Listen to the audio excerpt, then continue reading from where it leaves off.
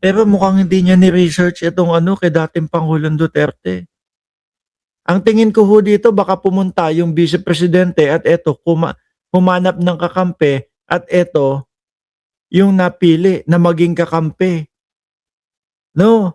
Para magsisigaw din sa Japan. Kumbaga ho, mga kababayan, o tignan nyo ho, hindi lang Pilipino o Pilipinas ang sumisigaw na iuwi na ang dating Pangulong Duterte, pati ho Japan.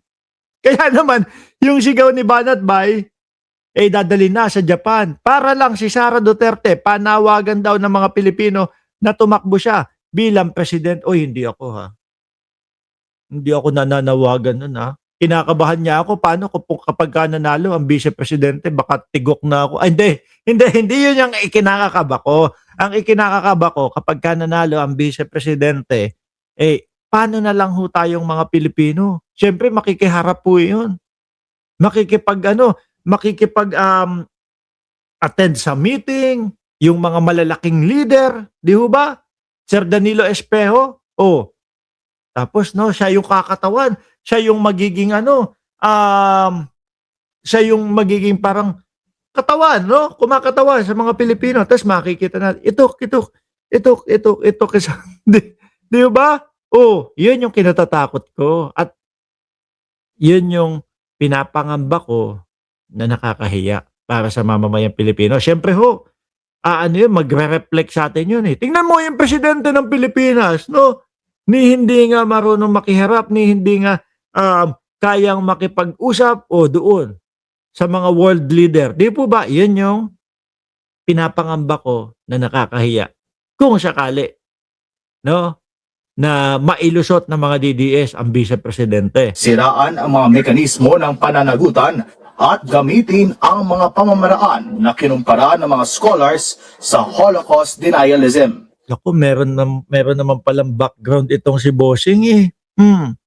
Ang tanong, baka naman nabayaran ito para magsisigaw at para magsalita din o para makisali na uwi na si Duterte, papunta na ng Japan o dali na sa Japan. Hapon, nakisawsaw na hindi alam ang tunay na dahilan.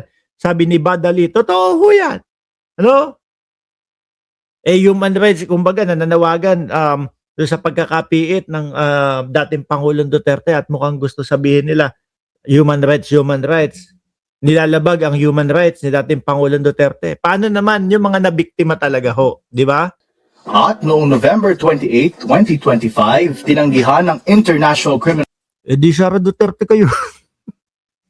Sara Duterte kami, forever, takot ang mga adik at corrupt. Tapos yung Sara Duterte nila hanggang ngayon no, hindi pa din nakakasagot. Hanggang ngayon po, hindi pa rin masagot-sagot yung mga issue nila tungkol doon sa impeachment. Isa-isahin ko pa ba?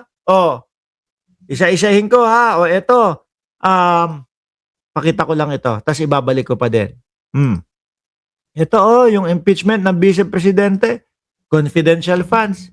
Hanggang ngayon, ang sinasabi sa inyo, sinasabi ho sa kanila, sasagutin yung sila Mary Grace Piatos sa tamang panahon. Yung tamang panahon, alam niyo po kung ano yung tamang panahon na sinasabi ng Vice Presidente, impeachment. Pero ang trip nila, ang ginagawa nila, puro po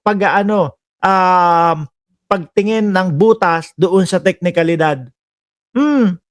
Pamukha doon sa mga DDS, kayang-kaya nilang sagutin. Pamukha doon sa mga DDS, gustong-gusto na nilang sumagot. Pero dahil nga po, kulang sa mga pag-iisip, mangmang yung mga DDS, hindi nila alam ang pambutas nitong mga ito, mga bossing, ay puro teknikalidad. Kagaya na lang nung ginawa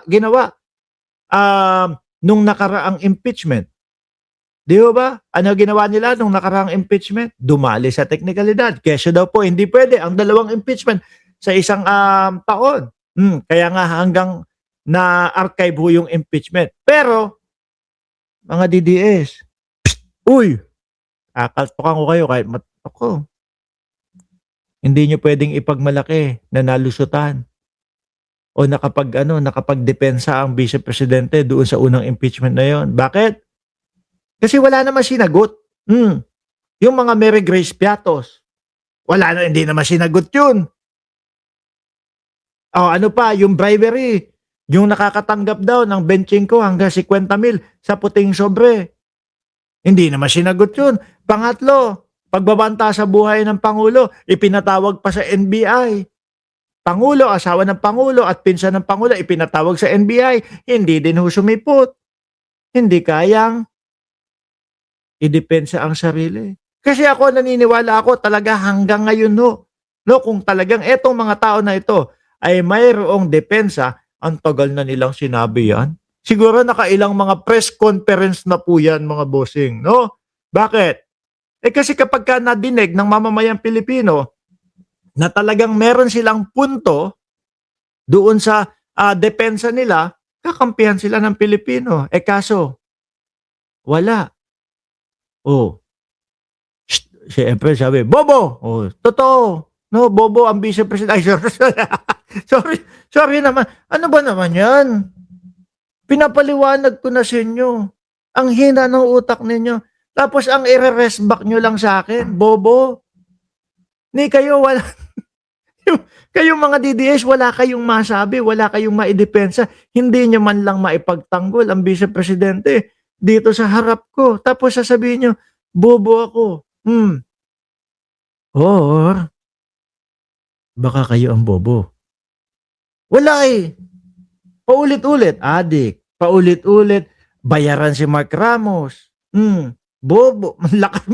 Ang lakas makasabi ng bobo. Pero hindi makasagot, hindi maidepensa. Yung kanilang tatay, yung kanilang vice-presidente. Sila Marcoles. Wala. Puro ganyan lang ho. Diba? Sabi ni pambansang nanay survivor, bobo daw tatay nila karton. Magsama kayo, ne Marcos. Sabi ni Ryan, Kalunsag, anak ng putek naman, Ito na po, mga kababayan, ang simbolo, no?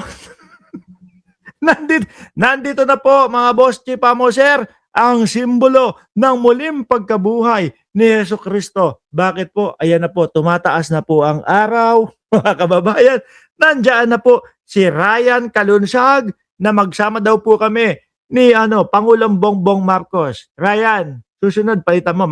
Tingnan mo ako, kahit ako, napakakapal ng buhok ko, nagsusombrero pa din ako para hindi malaman na mahilig ka sa panutsa. Okay. Okay. Nasa na ba 'yon? Utang inang tong mga ito ang lakas mapaniwala na nadadali na sa Japan si dating Pangulong Duterte. Tuloy natin 'yon. Saan ba 'yun? Tuloy natin. Court ang appeal ni Duterte